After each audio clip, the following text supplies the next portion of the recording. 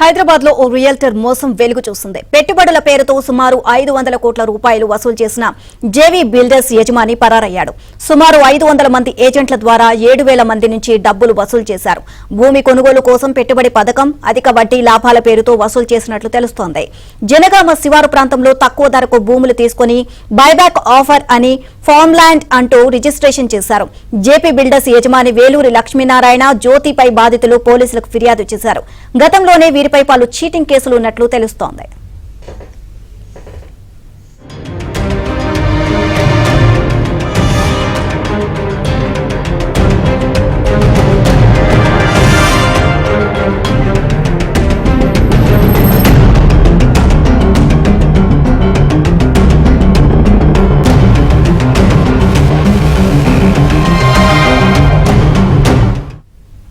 హైదరాబాద్ లో ఓ రియల్టర్ మోసం వెలుగు చూసింది. పెట్టుబడుల పేరుతో సుమారు 500 కోట్ల రూపాయలు వసూలు చేసిన జేవీ బిల్డర్స్ యజమాని పరారయ్యాడు.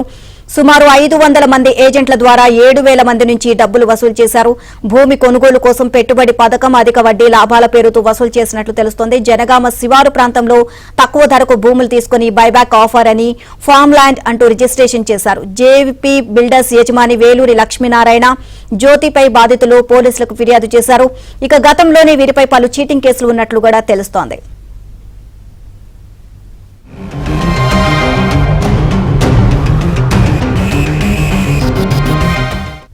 ఇదే అంశానికి సంబంధించి మరిన్ని అప్డేట్స్ మా క్రైమ్ కరెస్పాండెంట్ శశిని అడిగి తెలుసుకుందాం. శశి, జేపీ బిల్డర్స్ ఘరానా మోసం వెలుగులోకి వచ్చినట్లుగా తెలుస్తోంది. ఓవరాల్ గా అప్డేట్స్ ఏంటి?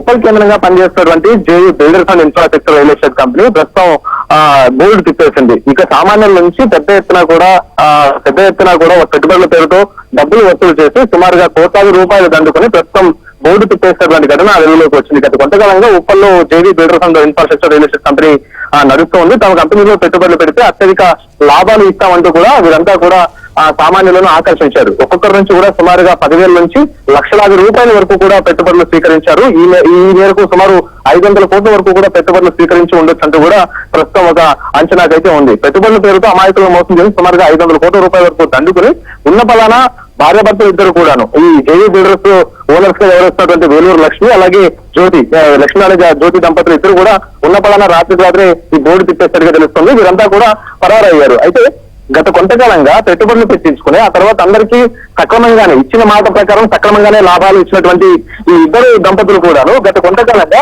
కొంతమందికి పెట్టుబడులు పెట్టిన వారందరికీ కూడా డబ్బులు ఇవ్వడం మానేశారు. అయితే నెలలు గడుస్తున్నప్పటికీ కూడా తాము పెట్టిన పెట్టుబడికి సంబంధించినటువంటి డబ్బులు ఇవ్వకపోవడంతో అనుమానం వచ్చి కంపెనీకి సంబంధించినటువంటి అడ్రస్ ఏదైతే ఉందో అడ్రస్ దగ్గరకు వెళ్ళి సంప్రదించినప్పుడు ఈ ఇద్దరు కూడా అక్కడ కనిపించలేదు. దీంతో అనుమానం వచ్చి పోలీసులకు ఫిర్యాదు చేశారు.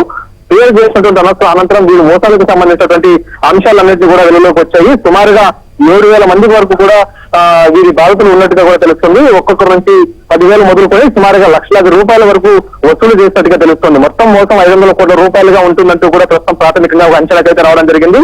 ప్రధానంగా భూమి కొనుగోలు కోసం పెట్టుబడి పథకం ద్వారా అధికంగా వడ్డీ ఆశ చూపి భారీగా మోసాలకు పాల్పడినట్టుగా కూడా పోలీసులు ప్రాథమిక నిర్ధారణలో ప్రస్తుతం తేలింది.